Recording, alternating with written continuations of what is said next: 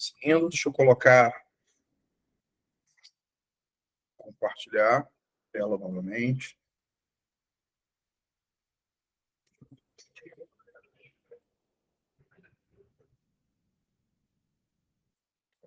Então, aqui eu estava dando um exemplo, né, de método, estratégia e técnica, na prática. Né? Vamos dar dois exemplos bíblicos e um exemplo prático, né, atuais. Então, veja, vamos analisar o caso de Paulo, aquele caso que nós olhamos já na aula passada, de Atos 17, Paulo em Atenas, versículo de 15 a 33. Então, veja que se você lê a história, Paulo começa pelo evangelismo pessoal. Paulo, ele ia migrando, né, de um para o outro. Quando ele tinha oportunidade, era o evangelismo pessoal. Se ele tivesse oportunidade para falar dentro de um grupo, ele falava. Então, o tempo todo, ele tinha esses dois métodos, né, aplicados. Então, veja, o propósito dele era comunicar o evangelho a um grupo em Atenas. Esse era o propósito dele. E ele ia variando de acordo com as circunstâncias o seu método, né? Ou pessoal ou impessoal de massa. Qual as estratégias utilizadas? Paulo coloca aí nas suas estratégias a análise da cultura dos deuses, conhecimento cultural para aplicar um ponto de contato, né? O ponto de contato vai ser a técnica que ele vai utilizar, uma técnica de fazer o Deus desconhecido, né? Como ponto de contato. Ele vai para um lugar, veja, se ele quer alcançar um grupo, ele ia para a sinagoga, sempre. Paulo, em todos os lugares na plantação, a sinagoga é um lugar estratégico de Paulo, onde ele podia debater as escrituras, o povo já conhecia as escrituras, o que ele fazia trazer a hermenêutica ali do Cristo, do Messias, né, apresentar Jesus Cristo ali às pessoas. E ali na sinagoga ele sempre tinha judeus que se convertiam e tinha aqueles prosélitos, né? Eram aquelas pessoas tementes a Deus que estavam numa sinagoga e ele também às vezes arrebatava, aproveitava para pegar esse grupo. Né? Então a sinagoga é uma estratégia do método em massa, né, em pessoal, que você está falando de um grande público e ali você alcança alguns, né, indo para a sinagoga como um lugar estratégico. A técnica, ele fez esse ponto de contato com Deus desconhecido, a técnica de fazer essa relação entre aquilo que é comum, aquilo que já está estabelecido e comum, e você fazer essa ponte para apresentar o evangelho. Fantástica, dizendo, olha, esse Deus está escrito, essa inscrição é o Deus desconhecido, eu quero apresentar a vocês, eu quero tornar ele conhecido para vocês hoje. Então, uma técnica maravilhosa. Ele se utiliza de recursos filosóficos, né? No caso, indutivos, recursos de cultura literária da época, ele usa, mais uma vez, fazendo o ponto de contato com a literatura que havia na época, que eles conheciam, e tudo isso. Um exemplo aqui na metodologia de Paulo. Se fôssemos já analisar o exemplo de Jesus e a mulher samaritana, friamente aqui, analisando com óculos da estratégia, não que Jesus pegou uma prancheta e falou, eu vou fazer essa estratégia, não. Mas agora, nós que estamos aqui analisando dessa perspectiva, né, de um planejamento, a gente pode pegar como o exemplo de Jesus, que o método ali era o evangelismo pessoal, que era abordar a mulher samaritana. Alcançar os samaritanos era um plano amplo de Jesus. E ele decidiu fazer isso através de uma pessoa. Então, foi o método que ele escolheu. Agora, como é que ele vai alcançar essa pessoa, uma pessoa? Como é que ele vai conseguir conversar com uma pessoa, fazer essa abordagem pessoal e ter tempo para conversar com essa pessoa? Então, a estratégia de Jesus, primeiro, se ele quer alcançar o samaritano, ele decide passar. Passar por Samaria é uma decisão estratégica. Eu estou indo para lá porque eu estou planejando alcançar os samaritanos, então eu tenho que ir para Samaria. Porque o judeu, quando ele tinha que fazer uma viagem, né, norte-sul, ou sul-norte, né, ele dava a volta para não passar dentro de Samaria, porque havia uma rixa, né, como o próprio texto diz, né, os samaritanos não se comunicam com os judeus, que é uma longa história, não dá para me explicar isso, o motivo desse cisma, né? Mas ele estrategicamente decide passar por Samaria e ele fica estrategicamente parado perto de um poço. Alguém vai tirar. Jesus já sabia, claro, inclusive naquele horário que ele estava ali, certamente alguém de má reputação, dizem os historiadores, estudiosos, no horário meio-dia, ninguém vai ao meio-dia na cultura da época, lá naquele sol escaldante, tirar água. As donzelas, as pessoas de boa reputação iam no primeiro horário e ficavam ali esse horário onde a pessoa achava que não teria contato com ninguém, porque ninguém ia ficar ali no poço parado, naquele calor. Mas Jesus estrategicamente fica ali naquele poço, e aquela mulher aparece, e aí ele começa a técnica, né, a ponte de contato, né, fazendo um ponto de contato com a água. A água era comum, ele estava com sede, a mulher estava tirando água, e ele então fala, dá-me de beber, e seguindo, né, com a mensagem, ele fala de que é a água da vida, né? Então, ele começa pelo problema daquela mulher, até depois falar sobre ele mesmo, que é o plano da salvação. E aquela mulher impactada sai e vai alcançar outros samaritanos. Então, o propósito de Jesus foi cumprido, porque ele queria alcançar os samaritanos. Através da abordagem do método pessoal, ele trabalha ali através dessa abordagem, começando no problema, apresentando ali o plano salvífico, e aquela mulher é alcançada para a glória de Deus e alcança a vila também de Samaritana, que ela deixa o cântaro e vai anunciar Jesus Cristo. Esse exemplo. Um exemplo que eu dou, um exemplo que eu fiz com a minha família, com minha parentela, né, meus parentes, o meu método foi massa, né, porque nós reunimos, eu e uma outra tia, tivemos essa ideia de reunir toda a parentela, convidar para um curso. Então, veja, convidar para um curso já foi uma estratégia. Ah, que legal. Então, a nossa estratégia foi o planejamento do curso para alcançar os nossos parentes. E aí nós planejamos esse curso baseado no folheto, né, as 4 leis espirituais. E eu fiz estrategicamente em formato de novela. 4 leis. Cada semana eu abordava uma lei espiritual e trazia slides, né? Utilizei essa técnica, né, de apresentação visual, de vídeos, de fazer links de novela, né? Porque aí cortava o que vai acontecer, então gerando aquela curiosidade e ansiedade. E eu lembro que isso deu muito certo quando lembro da minha tia, que morava no mesmo quintal, né? Era um quintal com várias casas da família, outros parentes também que vieram de outros lugares, que residiam em outros lugares, iam lá para o quintal onde tinha um terraço, uma área coberta, e a gente fazia com a apresentação de slide, né? Um data show, levava o data show da igreja. E eu lembro que no dia a dia, né, eu morava em cima da casa da minha mãe e a minha tia morava embaixo, em frente à casa da minha mãe, né, na parte de baixo.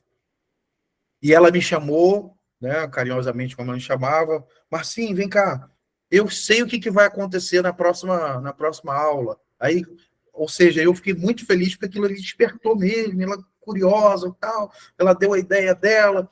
Então foi foi um método muito uma estratégia, uma técnica muito interessante que utilizamos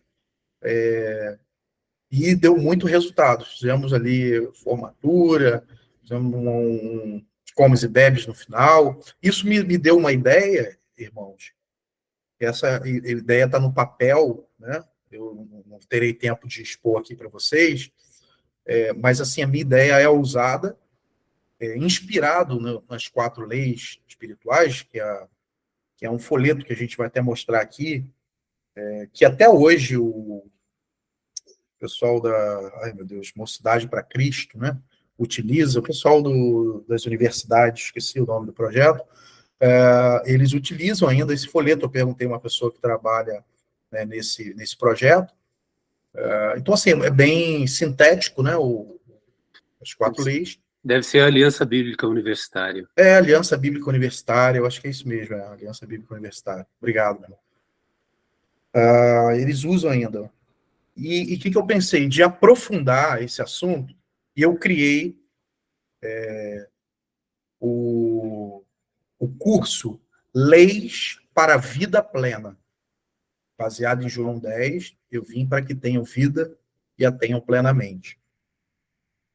E ali eu não falo dessas leis, eu só me inspirei, mas eu falo de sete leis para a vida plena.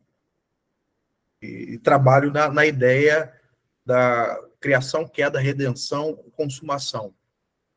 Trabalho a partir disso, trabalhando 7 leis, bem organizadas. Qual a minha ideia?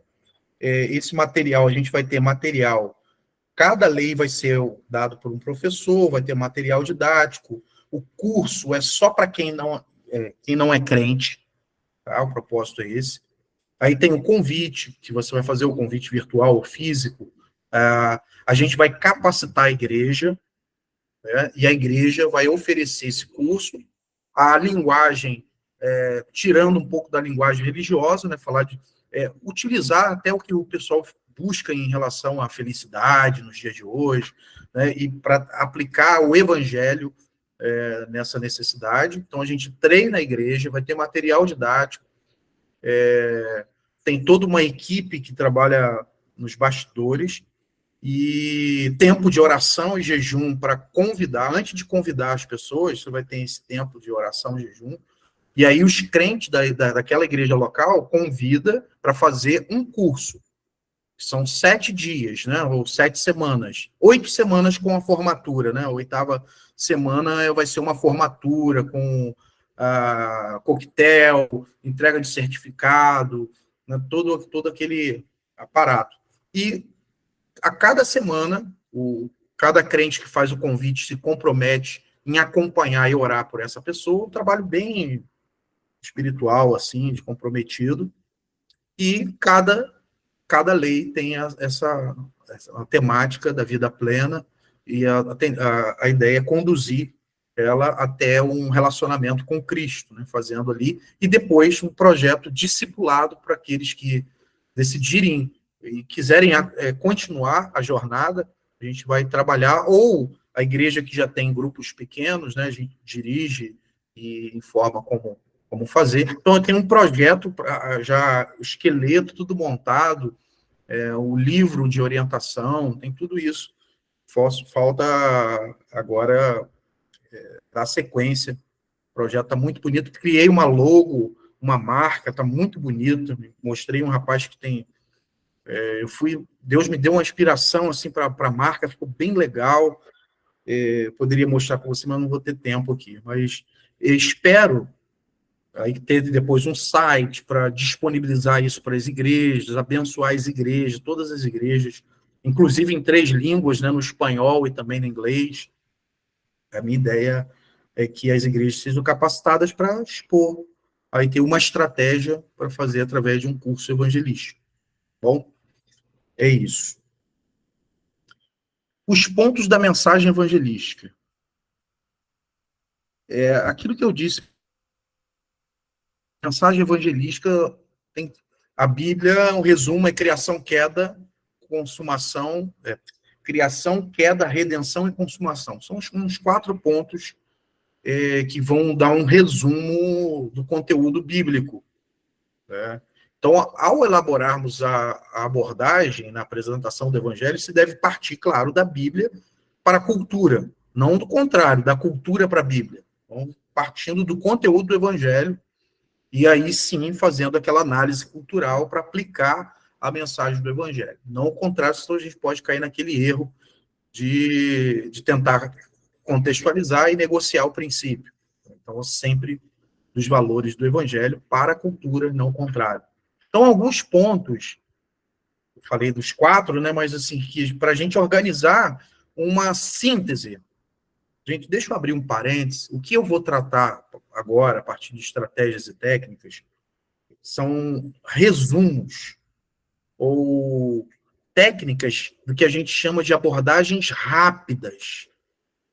Você está no trem, está no ônibus, está no dia a dia, está com o vizinho, você tem uma forma organizada, didática, sintética para apresentar o evangelho, para apresentar a mensagem. Porque às vezes a gente está numa conversa e às vezes a gente tem uma abertura para falar, mas a gente não sabe o que falar. Vou falar sobre o quê? Jesus é bom, Jesus é maravilhoso.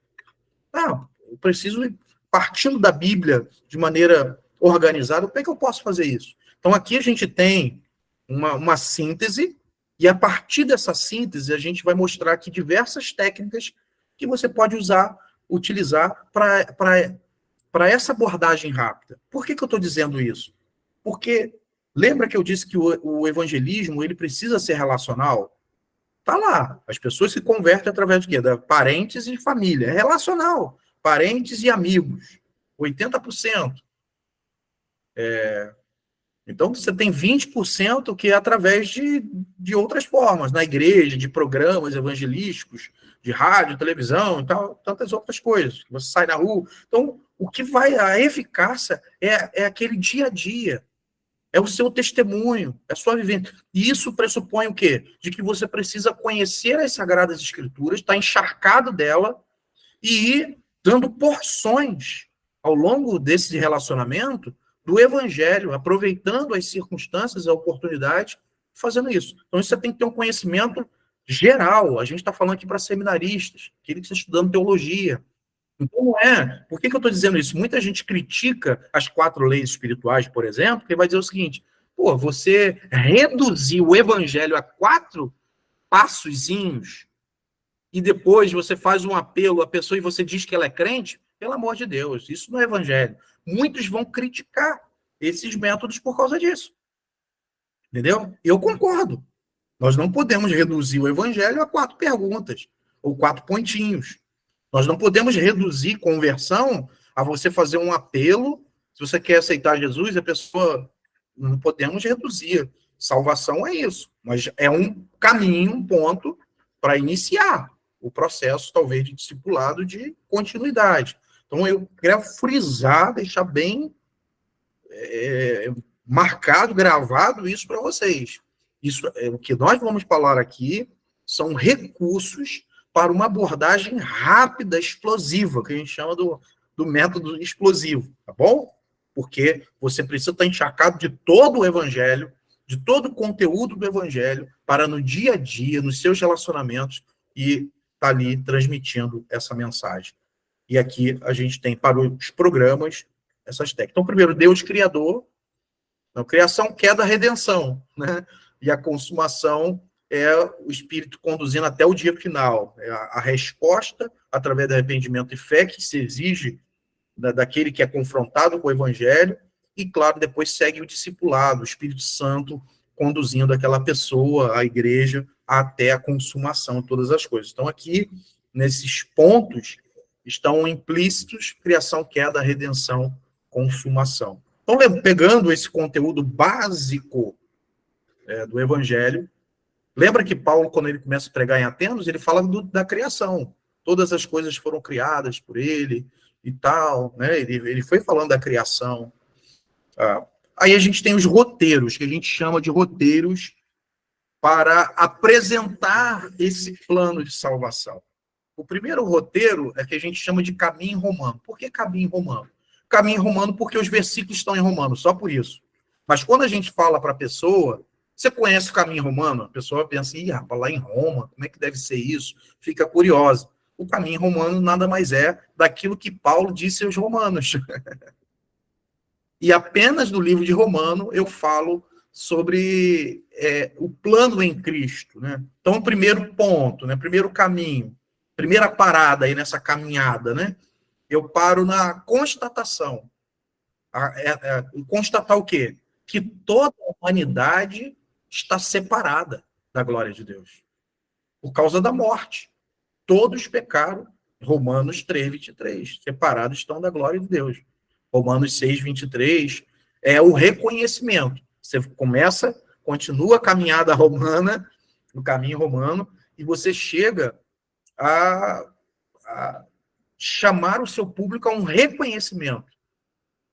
Reconhecimento da pena, da penalidade do pecado. Porque todos pecaram, logo, se o salário do pecado é morte, todos morreram. Todos estão mortos em seus pecados e delitos. Então, Romanos 6:23 diz que a consequência, o salário do pecado, é a morte. Mas seguindo no nosso caminho romano, diante dessa constatação e desse reconhecimento da penalidade, qual é a solução para isso? O que eu preciso? É me render à provisão de Deus. Deus deu uma provisão, eu preciso me render a essa provisão. E o texto de Romanos 5:8, mas Deus prova o seu amor por nós, que Cristo morreu em nosso favor, quando ainda éramos pecadores. Então, Jesus é a prova do amor de Deus por nós, né? E ele é a resposta, a provisão de Deus para aquela penalidade do pecado. Então, mas segue os passos do caminho romano. O que precisamos é acolher. Talvez acolher seria melhor do que receber, né? A dádiva, o presente. O dom é presente, mas o dom gratuito de Deus é a vida eterna em Cristo Jesus. Romanos 6:23, na parte B. Se a parte A diz que o salário do pecado é a morte, a parte B diz que o dom gratuito de Deus é a vida eterna em Cristo Jesus. Então, é acolher esse dom, a dádiva.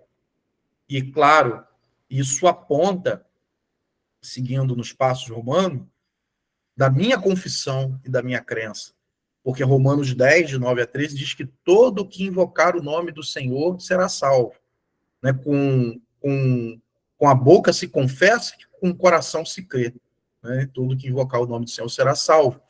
Então, e aí você tem, diante da cruz, a pessoa reconciliada, né? Então, se baseia aí no livro de Romanos e serve para aquelas pessoas que já estão se aproximando. Então, são roteiros, estratégias e técnicas de apresentação, e aí você vai usar a estratégia, a maneira como você vai chegar para expor esse plano romano. Talvez essa própria curiosidade, você conhece o caminho romano, e a pessoa vai pensar em Roma, alguma coisa do tempo lá dos imperadores, não sei, alguém vai pensar nisso se você apresenta, porque está em Romanos, nesse caminho que nos conduz à vida.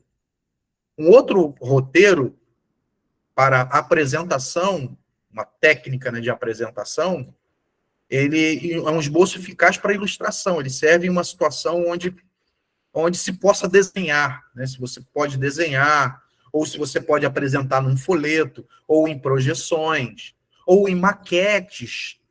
Um aluno nosso, nós fomos fazer um trabalho evangelístico lá no Rio de Janeiro, e os alunos escolheram um asilo para evangelizar, fazer um culto evangelístico, fazer os 2 métodos, né? Fazer um culto para todo mundo, mas também ter um tempo individual ali com aqueles idosos. E aí um dos alunos, inspirados aqui nessas figuras, ele fez uma maquete, ele era engenheiro, ele fez uma maquete muito interessante, dando esse exemplo, que ele pensou o seguinte: o idoso, ele a mentalidade quase de criança, né? Ele parece que retrocede, então a gente tem que passar de maneira lúdica, né, didática, e apresentar isso. Eu falei, achei fantástico. Inclusive, eu pedi uma maquete dessa e levei para a minha igreja para me evangelizar, que a gente tinha uma escolinha de futebol na comunidade, que eu dava o estudo para eles, e eu levei para começar a evangelizar com a maquete. Então, ou seja, a criatividade para que você possa, uma técnica, né, para expor e apresentar e trazer a memória e fixar na memória, às vezes esses elementos ilustrativos vai deixar fixo na memória da pessoa cada passo, cada ponto. Então, o primeiro ponto aqui é esse abismo. Ele criou 2 plataformas, né, essa separação, né, Deus e as pessoas estão separadas da glória de Deus.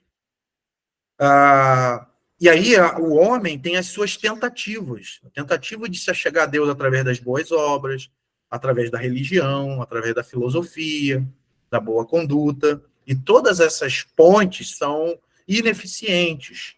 Só Deus proveu a ponte, ele é o sumo pontífice, né? Jesus Cristo é o sumo pontífice, e a cruz aí representando essa ponte, o Jesus que nos conduz à paz com Deus.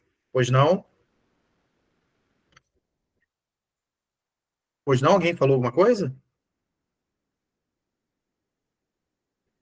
Ouvi alguém chamando? Ninguém? Acho que não, professor. Não foi o que eu aceitei, uma aluna que estava pedindo para entrar na sala. Ah, tá. Eu ouvi um barulho como se alguém estivesse chamando, professor, alguma coisa assim. Mas tudo bem. Mas vamos lá. Então, esse é um outro roteiro, né? O ponto de acesso.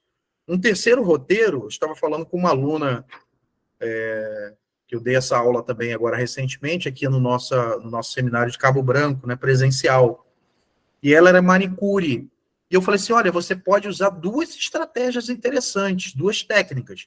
Você pode usar o dedo das mãos e você pode também usar as cores, né? Depois a gente vai passar aqui das cores. Você pode pintar a sua unha de colorido. Enquanto você vai fazendo a unha da sua clientela, certamente a sua unha colorida vai chamar a atenção. E você, a partir ali da unha, dos dedos das mãos, você vai apresentando cada ponto do evangelho ali, ou da salvação, né, do plano de salvação para essa pessoa. Então, geralmente utilizado para uma abordagem pessoal, né? Cada dedo terá sua mensagem que pronunciaremos e pediremos que seja repetido pelo amigo. Então, repetir para poder fixar na mente do outro. Então, tem aqui o polegar, né? O polegar indica que todos... Eu também, para facilitar, eu botei todos em romanos também. Porque a gente vai reparar que todo o roteiro ele tem a mesma base. Lembra daqueles pontos básicos que não pode faltar na mensagem evangelista? Então, basicamente, toda a técnica vai passar por isso. A gente só precisa cuidar daquela observação. Todo o evangelho está contido dessas questões. Né? É apenas um ponto para iniciar o processo de apresentação do evangelho, de discipulado evangelístico, né? Vamos dizer assim. Então, todos pecaram, né? Todos são pecadores, né?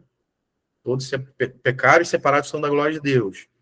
O indicador que está aqui mostra as consequências, né? Romanos 6:23, salário do pecado é morte. Então, vai falar das consequências do pecado. É claro que você pode usar outros textos, você pode usar ilustrações, né? Aqui você só estão os pontos, mas você pode desenvolver esses pontos. O dedo médio indica que o homem não pode salvar-se. Romanos 3:20. Lembrando, eu gosto muito de lembrar daquela passagem também de Jesus, quando o jovem rico, né, sai de fininho, e Jesus dá a seguinte palavra: olha, é mais fácil um camelo passar pelo fundo da agulha do que um rico entrar no reino dos céus. E aí um dos discípulos vão dizer o seguinte: mestre, então quem é que pode salvar? E aí Jesus dá a resposta: aos homens é impossível, mas a Deus tudo é possível. Então Jesus está dizendo aqui, é impossível. O homem se salvar ou salvar-se é impossível. Mas a Deus, só Deus pode prover a salvação. E aí você entra no dedo anelar, não é isso? Isso, o dedo anelar. Só Jesus pode salvar. Só Jesus pode salvar. Ele pode nos justificar, Romanos 3:24. E o último dedo, o dedo mindinho, é conduzir essa pessoa àquilo que a Bíblia diz, né? Romanos 10, aqui que é confessar e crer no seu coração, toda boca que confessar será salvo, todo que invocar o nome do Senhor. Então, conduzir essa pessoa a esse reconhecimento de sua miséria e colocar a sua confiança, a sua fé em Jesus Cristo. Então, através das mãos. Eu já falei das leis espirituais, as 4 leis espirituais. Qual a diferença das leis espirituais com os 2 roteiros que eu acabei de ensinar? Os 3, né? Porque esses 3 roteiros começam de forma negativa. Fala do pecado. As leis espirituais, as 4 leis, começam de maneira positiva, dizendo sobre uma notícia boa, o plano de Deus. Deus veio para que tenham vida e a tenham em abundância. Uma vida plena e com propósito. Esse é o plano de Deus. Uma vida plena em Cristo. Mas há um problema. Aí você leva ao problema. Então você enfatiza o plano, você enche a bola, depois você fura a bola. Ou seja, a pessoa, né, Deus tem um plano na sua vida, aquela coisa toda, mas olha só, o pecado te separa disso. E aí você pode falar da separação daqueles pontos lá de Romanos 3:23, do pecado que faz separação, as consequências desse pecado, Romanos 6:23, e fazer todo aquele desenvolvimento. A partir daí, segue o mesmo roteiro dos outros planos. A diferença é que ele começa de maneira positiva, falando do plano de Deus. O terceiro, Jesus é a solução. Né? Ele é o único caminho, eu sou o caminho, a verdade e a vida. Ele é a ponte que nos leva para esse plano de vida abundante. E 4, então o convite é para se arrepender e crer no Evangelho. E Jesus é o Evangelho. Temos que crer em Jesus Cristo, como diz Marcos 1:15. Pois que nós somos salvos pela graça, mediante a nossa fé, mediante a fé. Mediante o crer, a confiar a nossa vida a Jesus Cristo. Então, essas 4 leis, cruzada estudantil, né, profissional para Cristo, a cruzada estudantil, o outro que o irmão falou aí, também é bem conhecido, mas nesse caso aqui é da cruzada estudantil. O outro roteiro, é as cores da salvação, o 5º roteiro apresentado. Esse método pode ser usado também para discipulado, individual, em uma sala reservada ou em grupo. Ele é muito utilizado, né, para as crianças. É muito utilizado, mas adultos também. Eu vou dar aqui alguns exemplos de amigos da forma, principalmente evangelista, né, ele sempre dá um jeito de fazer a aplicação. Então, a gente tem aqui 5 cores, que cada cor aqui vai representar um ponto. Por exemplo, o amarelo, o ouro, né? Ele vai representar as ruas de ouro descritas em Apocalipse, no céu. A revelação plena do Deus Santo. Então, é trabalhar nessa cor a ideia de céu e de eternidade. Lugar onde Deus está e onde somente redimidos podem entrar. Pecadores não entram. E a gente trabalha a segunda cor. Porque a segunda cor mostra a realidade cinzenta do pecado. E aqui abro um parênteses, irmãos, lembrando daquilo que a gente falou de contextualizar, de conhecer o nosso tempo, de não criar barreiras na nossa comunicação. Por muito tempo se utilizava o preto, a cor preta, para enfatizar o pecado. Mas isso, nos dias atuais, pode não, estava gerando problemas de dizer pessoas, então quer dizer que eu sou negro e você está dizendo que o pecado tem a ver comigo. Entendeu? Então, você gera uma barreira, independente do que você acha sobre isso. A minha questão aqui está o seguinte: eu não quero criar, nesse momento, já que eu quero alcançar a pessoa, eu não quero criar barreira comunicacional. Então, o que a gente faz? Vai adaptar. Pega o cinza, pega alguma coisa manchada, não sei. Então, o cinza foi o que eu encontrei aqui e coloquei para fazer e não criar barreira na comunicação. Então, ele representa, então, a mancha do pecado no homem. Então, trabalhar a ideia de que todos somos pecadores dos pontos anteriores, aquele ponto básico, né? E de que o pecado nos afasta do Deus Santo, dessa eternidade, do lugar onde Deus habita. Isso não afasta. É impossível o homem ter acesso a Deus e e o seu céu. Não só o céu para além túmulo, né, mas o céu no sentido da perspectiva do reino de Deus aqui e agora também. É impossível. Por isso que eu falo, bem-aventurados o pobre de espírito, né, quem reconhece seu pecado. Porque eles verão o reino de Deus, somente esses que reconhecem. Então, é levar a consequência do pecado. E depois, o ponto 3, o vermelho, que simboliza o sangue de Jesus. Então, representa esse sangue, único capaz de purificar todo o pecado. Então, falar da morte de Jesus na cruz, do seu sangue derramado, para redimir o homem pecador. E o branco, que representa aí a purificação, revela, a partir do sangue de Jesus que purifica, né, a partir desse reconhecimento de Jesus, você tem o seu coração purificado, limpo, perdão, tem o perdão de Deus. Você agora tem paz, né? O branco simboliza paz com Deus, como diz Romanos 5, Paulo vai dizer, olha, nós temos paz com Deus somos justificados e temos paz com Deus por intermédio de Jesus Cristo. Então, é essa ideia de reconhecer o sacrifício para recebê-lo como Senhor e Salvador, né? Confessá-lo para ter a purificação dos nossos pecados. E o verde simboliza o crescimento do discipulado. Ou seja, o crente precisa crescer na fé. Ele precisa da igreja, ele precisa da oração, ele precisa da comunhão, ele precisa da leitura da palavra, ele precisa servir na comunidade, ele precisa estar em comunhão com outros irmãos. Então, é apresentar esse desenvolvimento, o crescimento que o discípulo precisa ter. Tá? Então, através das cores, eu dei aqui alguns, mas tem centenas, muito utilizado no Ministério Infantil. Provavelmente a professora Miriam deve enfatizar aí esse aspecto dessa técnica.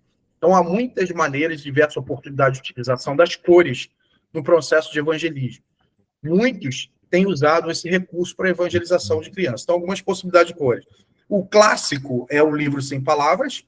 Eles fazem um livro bem grande, com as páginas, cada página tem uma cor. Então, eu quero apresentar um livro que ele não tem palavras nenhuma, já chama a atenção. Que livro sem palavras? Livro sem imagem, sem figura? Livro não tem nada. Só tem cada página desse livro, são cores. Então, a partir desse grande livro, de chamar a atenção das crianças ou dos adultos, eu estou falando dos adultos porque eu lembro de várias apresentações do Ministério Infantil da minha igreja, e os adultos ficavam vidrados. Muitos assimilavam muito mais do que a minha pregação, quando eu pregava lá 40, 50 minutos pregando. Então, porque ali, através daquela imagem, através daquelas representações que foram memorizadas, então, livros sem palavras. Você pode usar giz e lápis de cor, você pode usar as unhas, né, como eu dei o exemplo daquela irmã que trabalha com manicure, as unhas com as cores pintadas, chamando a atenção, e à medida que as pessoas ficam curiosas, você vai ali apresentando cada cor, cada dedo pode fazer aquela a fusão, né, entre as cores e o dedo das mãos, e fazer isso. Você tem pétalas de flor, bola de futebol, com cada gomo colorido, com as cores. Uma das mais comuns também, né, no meio evangélico, das cores da salvação, foram as pulseiras, né, como eu coloquei como exemplo, essas pulseirinhas que eram dadas para as crianças, e a partir da pulseira, e ela vai ficar com essa pulseira, todas as vezes que ela olhar para aquelas cores, ela vai estar lembrando dos pontos básicos da salvação, pontos básicos, quero frisar isso. Ou colares, né, fazer colares, pulseira, a ideia de chaveiro, ideia de bandeirinhas, e muitas outras coisas, guarda-chuva também, ou sombrinha, né? Dá para muita coisa baseada na sua criatividade. Você pode fazer almofadas, que mais? Muitas outras coisas. Agora, outra que um amigo evangelista usava era o seguinte: às vezes ele estava num banco, um lugar onde tinha muitas pessoas, ou passava muitas pessoas, quando ele tinha a oportunidade de estar conversando com alguém para evangelizar, ele ia olhando naquele ambiente e via as cores das camisas. Tá vendo aquela cor ali, amarela, daquela camisa, daquele fulano ali? E aí ele começava a falar. Tá vendo aquela cor ali, a cinza ou preta, né? Dependendo ali. E ele falar, olha aquela cor ali, vermelha, né, branca. São cores bem... que sempre você vai ter as pessoas utilizando alguma coisa, alguma camisa, algum apetrecho dentro dessas cores. E ele, a partir das camisas, no ambiente que ele estava, ele ia fazendo, lembrando de cada ponto e apresentando o evangelho às pessoas. Então, dá para utilizar nessa técnica e a criatividade para que você possa evangelizar não só crianças, mas os adultos também. Aqui está um roteiro, deixa eu ver o horário aqui, chegando já quase ao fim, deixa eu ver se falta muito aqui. Só o testemunho, sim, falta poucos slides. A gente tem um roteiro que a gente chama para essa abordagem explosiva, né, que eu disse para vocês, que é aquele momento que você tem pouco tempo com a pessoa, e o que você pode fazer para, como a gente chama, daquela mensagem canivete. Canivete direto no coração, é rápido, mas certeiro, né? Você tem pouco tempo, mas tem que ser, então, ali certeiro, vai direto no coração. Então, geralmente, quando você está conversando, você não vai direto falando da fé. Primeiro você conversa de maneira natural sobre os assuntos da vida. Você conversa sobre futebol, o que está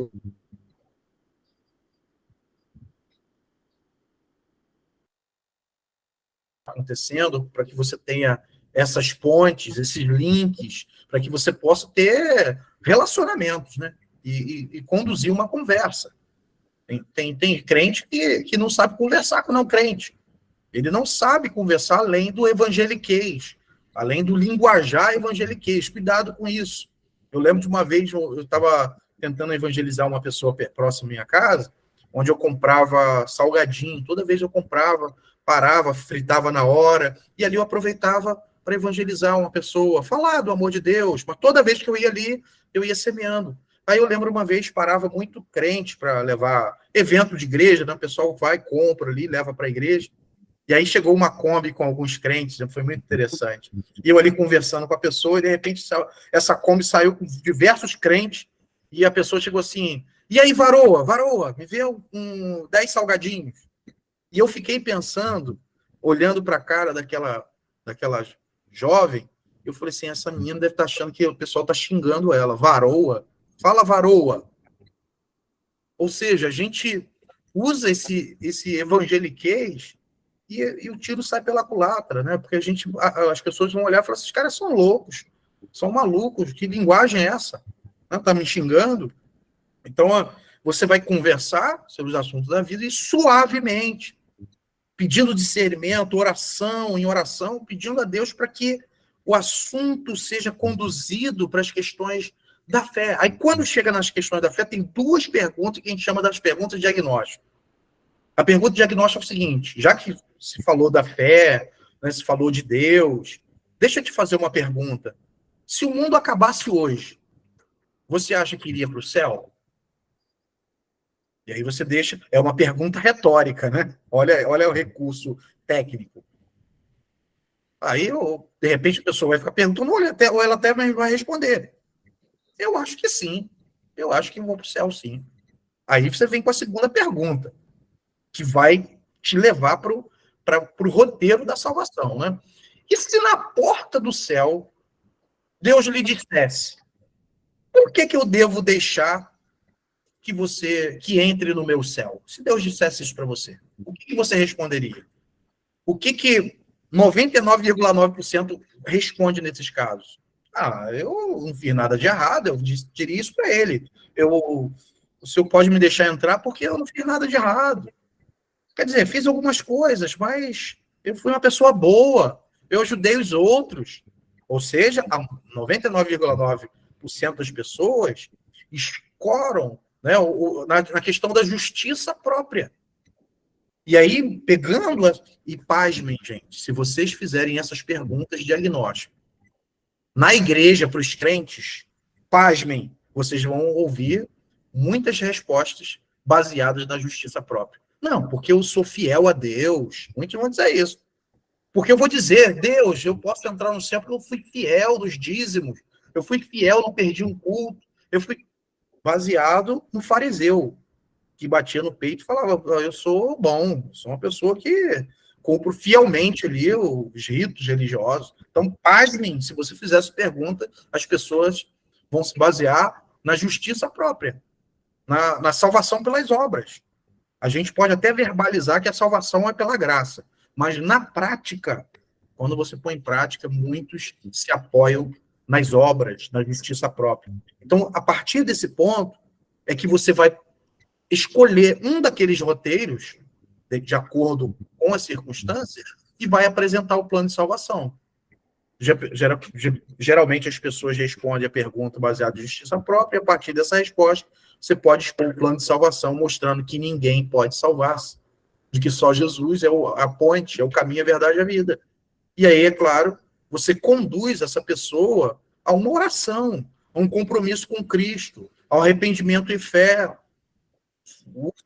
os textos, e acompanhe, claro, aquela pessoa no processo discipulado, levando para a sua igreja, ou conduzindo ela a um grupo. Então, esse é um roteiro para esse tipo de evangelismo mais rápido, explosivo, que a gente chama, né? Para que você tenha, de maneira organizada, possa chegar a esse objetivo. O último roteiro para o plano de salvação é o testemunho pessoal. Isso aqui você tem que ter muito cuidado, né? O testemunho pessoal é você contar a sua história, fazendo, claro, uma descrição concisa de sua própria jornada até a fé em Cristo. A maioria das pessoas se dispõe a ouvir alguém contar o que sua fé significa para ela. E ouve com expectativa. Então, você pode aproveitar a oportunidade para escrever. E é bom você organizar o seu testemunho para você não ficar falando sem pé nem cabeça, sem ordem nenhuma, e ficar uma bagunça. Então, você pode organizar.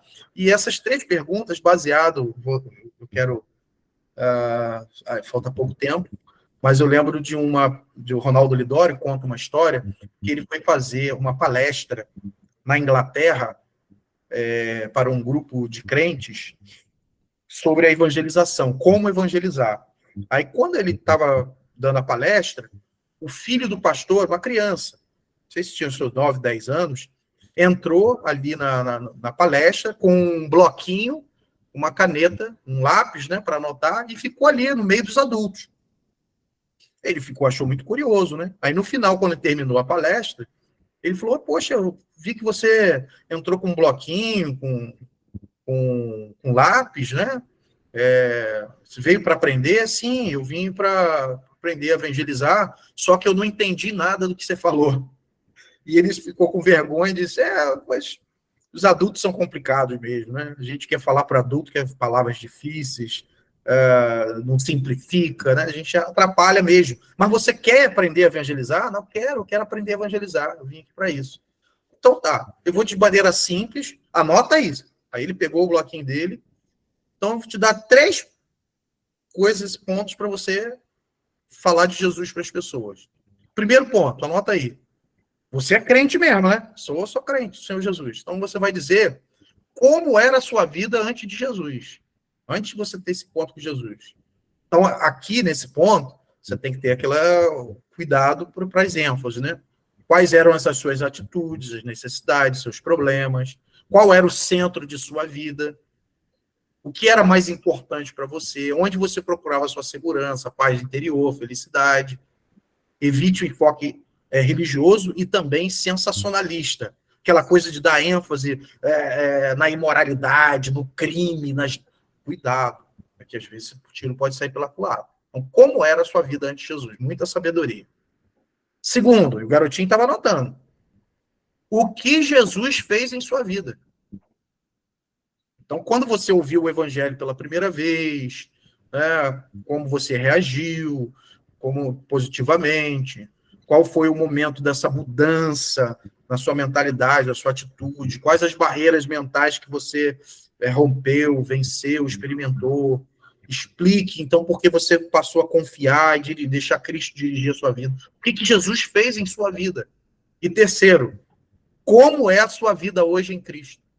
E o garotinho anotou os 3 pontos.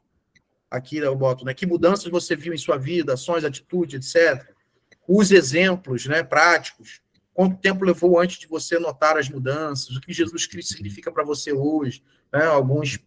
Algumas dicas aqui para você elaborar. Então, aquele garotinho anotou e foi embora. Acabou. O Ronaldo também voltou. E o pastor, dias depois, não sei se dias ou semanas, liga para o Ronaldo Lidório. Isso é o Ronaldo Lidório contando, tá? Estou aqui só transmitindo o que ele disse. Liga para ele e disse, Ô, Lidório, ô, Ronaldo, o que você fez com meu filho? Ele fez o quê? O que você fez? O que você disse para ele? Mas por que você está me falando isso? Porque eu estou apavorado que tinha dezenas dos colegas da escola na igreja, que o garoto evangelizou e levou para a igreja. E o pai ficou assustado, era uma coisa boa, mas o pai ficou assim, o que esse garoto ouviu? O que o Lidório falou para ele? Qual foi a super estratégia? Qual foi a super metodologia? Qual foi a teologia que ele passou? Nada. E aí o Lidório vai dizer o seguinte, irmãos, é simples assim. É simples assim. É claro, gente, olha só. Às vezes a gente complica. É claro que nos nossos relacionamentos pode surgir uma situação de apologética. Claro. Aí você precisa, né, debater, ter conhecimento teórico. Claro que pode ter. Mas muitas vezes, irmãos, o que a gente precisa é ter disposição e entender que a gente precisa é compartilhar de Jesus para as pessoas. Então, aqui são perguntas norteadoras que pode organizar a tua forma de falar. Como era a sua vida, o que Jesus fez na sua vida e quem é Jesus para você hoje. Simples assim. Né? É claro, enxertado aí com versículos, não focar muito na experiência, né? Não ficar muito ali, como eu já disse, e você pode falar de Jesus de maneira simples. Mas qual é as nossas desculpas, né? E a gente precisa romper, para a gente encerrar aqui nossa fala. Ah, não sei falar. Essa foi desculpa de Moisés, mas a gente sabe que o Espírito Santo capacita. Ah, eu não sei como é que eu vou fazer. Todos podem aprender a evangelizar. Aqui está o material, no roteiro, lá no conteúdo programático, tem apostila, tem tudo que você disponível para você aprender. Se você tivesse numa empresa e para você ir para um novo cargo, você não ia se esforçar para aprender? Por que a gente não pode se esforçar, então, para aprender a fazer, certo? Você vai disponibilizar esse material, né? Esse slide já está com a Luana, sabe? Ela vai colocar lá no... São e os outros também. Muito valiosos, professor. Professor, riquíssimo. Agora eu tenho uma dúvida. Não é dúvida, assim, só para complementar, eu acho que é importante. Posso terminar só esse? Segura só um pouquinho, só para me terminar esse slide e o outro, aí eu vou abrir a tela, pode ser? Eu estou com medo do horário, ok. Não, mas eu vou 5 minutos pelo menos. Então não tenho tempo, né? É a barreira, desculpa. Precisamos fazer bom uso do tempo. O problema não é o tempo, porque a gente sempre tem tempo para aquilo que a gente considera importante. Então, se falar de Cristo para as pessoas não é importante, a gente não vai ter tempo. Então, o tempo existe. O problema é o uso do tempo. E aquela frase famosa que circula aí pelas redes sociais, que dizem que é do John Stott, né? Ele vai dizer que no último dia, o Facebook e o Instagram vai revelar que o nosso problema não era falta de tempo. Isso vai revelar que o nosso problema não era tempo. E, claro, aqui a conclusão de alguns pontos que eu resumo aqui, não vou falar dele, e a bibliografia. Então, deixa eu parar aqui, parar o compartilhamento. E aí, pode falar, minha irmã, por favor. Tá bom, professor, obrigada. Assim, servindo de lição maior de tudo isso, né? Qual é o erro mais comum que a gente pode cometer, que não deve repetir, na evangelização? São tantos. Eu cito... no meu conteúdo programático, gente, eu coloquei, assim, alguns videozinhos curtos, erros na evangelização. Né? Dá uma... vídeo de 6 minutos, de 5. Lá no conteúdo programático, né, a ementa e o conteúdo programático, sim. Eu relacionei as minhas videoaulas, essas gravadas, que eu gravei ela pura, se você quiser assistir só a aula pura, tá lá, tem o link, botei vídeos complementares, leituras complementares. Lá tem essa listazinha interessante. Mais um que o senhor acha que é assim, mais grave, com sua experiência. Eu acho a questão do evangeliquez, né? A gente levar a nossa cultura evangélica para falar para o outro. A gente faz muito isso. A nossa cultura é aquilo que eu dei o exemplo, né? eu mesmo, muito tempo, vamos fazer um mutirão evangelístico. Sim. Aí chega no mutirão evangelístico, vamos selecionar as músicas. Veja, gente, a música comunica, eu quero evangelizar. Ele é o leão da tribo de Judá. O maior erro que a gente comete é isso. Uhum. Quer ver um aluno? Eu dei essa aula todinha para o aluno, fomos fazer um trabalho prático. Aí eu disse para os alunos, olha, eles escolheram o método impessoal, de massa. Fizeram um culto numa praça lá no Rio de Janeiro, em um local lá. Eu disse para eles, olha, quem for pregar tem que fazer a pregação baseado nos pontos básicos da salvação.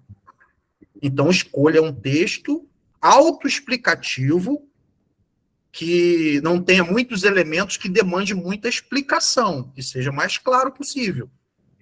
Tá, dei toda essa dica, dei essa aula toda, falei tudo. Chegou no dia do evento prático. A pessoa que ia pregar era, inclusive, um pastor, gente. O Betel, a gente tem vários pastores, né, que são pastores já e foram fazer o seminário. Chegou lá, ele foi pregar sobre Elias. Que Elias, no Monte Carmelo, e matou os profetas. Imagina isso. Para não crente. Que negócio é esse? Isso aí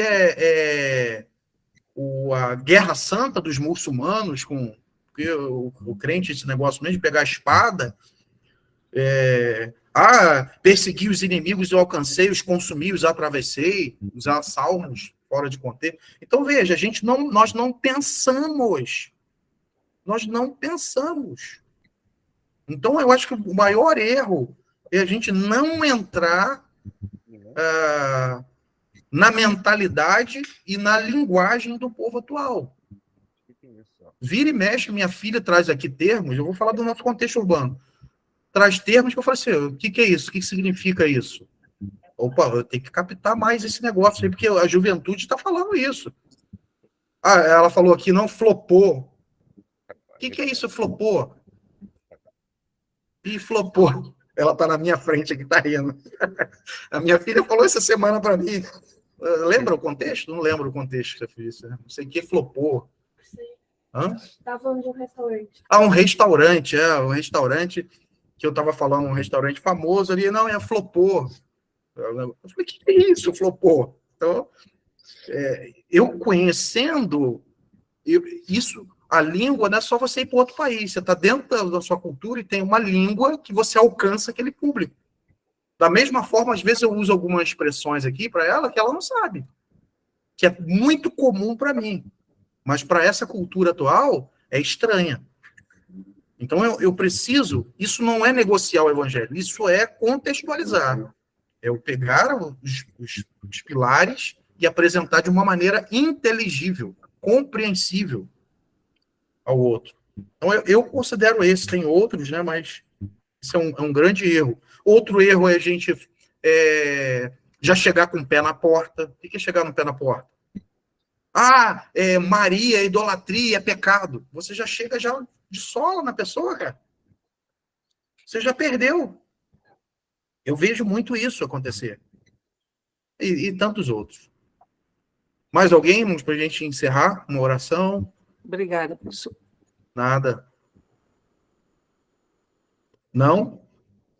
Queria pedir a alguém que pudesse estar orando e agradecendo a Deus por esse tempo, né? Foram 3 aulas, mas espero que tenha sido bênção aí para vocês. Tá bom? Todo o material aí já está disponível. Eu queria que alguém pudesse estar orando, agradecendo a Deus e pedindo pela sequência aí para o evangelismo infantil, né? Quem é que pode orar? Obrigado, Júcia. Júcia é da minha terra, do Rio de Janeiro.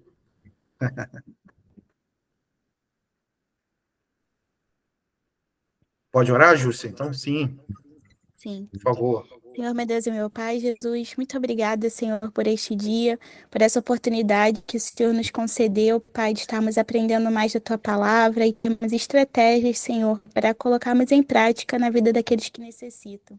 Louvamos o Teu nome por esse tempo, por essas aulas. Nos ajuda, Senhor, a não ficar com essas informações, mas que, de fato, possamos glorificar o Teu nome vivendo, Pai, o que a Tua palavra diz, que precisamos pregar a Tua palavra em todas as oportunidades que o Senhor nos der. Continua abençoando o professor Márcio, dando sabedoria do alto, capacitação vinda de ti, para continuar sendo instrumento teu, Senhor, onde o Senhor guiar. E nos usa, Senhor, também como vasos que são totalmente dependentes de ti, Senhor.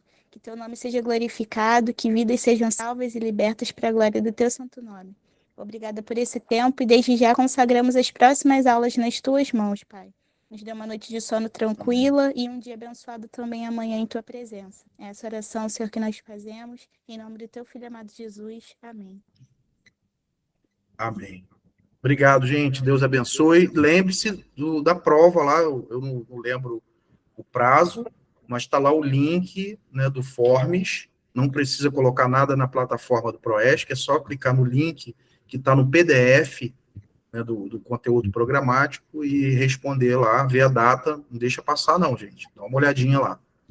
Um abraço. Deus abençoe. Aí a Jéssica, que está ouvindo, colocou o material na plataforma. Sim, sim. A paz a todos. Boa noite, professor. Boa noite a todos. Boa noite a todos. Boa noite. Paz Boa a noite. todos. Tchau, tchau. Obrigada, professor. Paz.